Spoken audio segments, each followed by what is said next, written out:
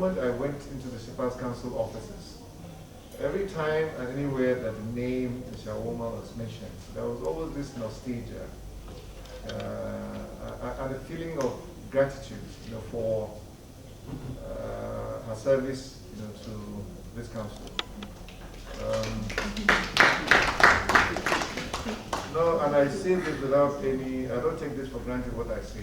We truly are indebted to this woman because she really has impacted in more ways than she can even imagine. Let me just start by saying that for us at the Shippers Council, the movement of cargo is of interest to us. And I believe that Sea-Link is actually an initiative that is been put in place in order to bridge the infrastructure gap that we have as far as the maritime domain is concerned. Let's be clear. Now, there is no way that any nation can be effective in its trade unless and until there is connectivity. And in connectivity, here we're talking particularly the waterways that we have. I was sitting at a lecture not too long ago, and a gentleman came who actually mapped out the waterways in this country. And to me, it was pretty amazing. I never ever thought about it like that. So from Apapa, it is actually possible that cargo can be moved into almost every nook and cranny of this country following our waterways.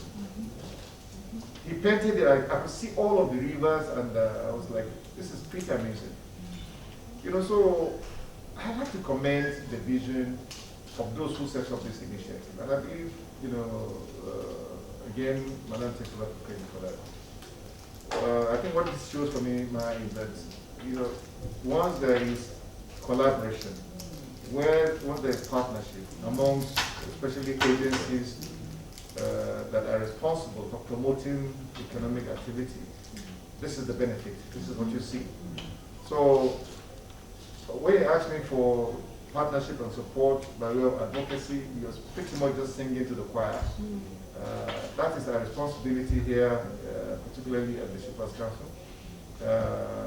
And this has to do, I believe, with the fact that as the mandate of the council is essentially to protect shippers, that we are also in a position to engage in the kind of advocacy that ultimately is to their benefit.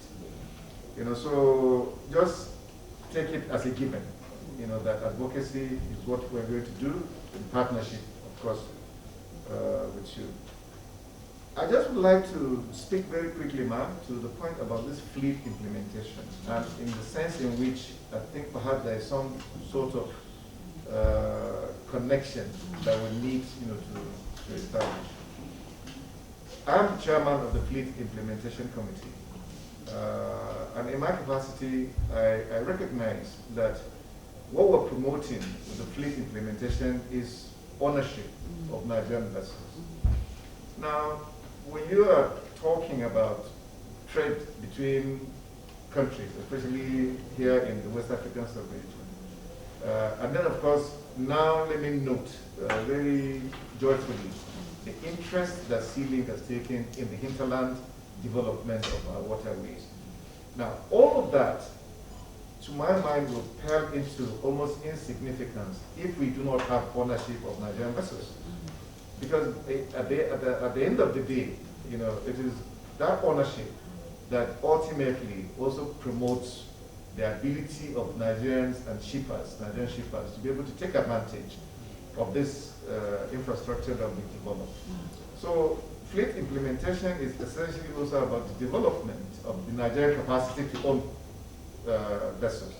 Of course, here we're talking about boats, vessels on the hinterland, and of course ocean-going vessels as well.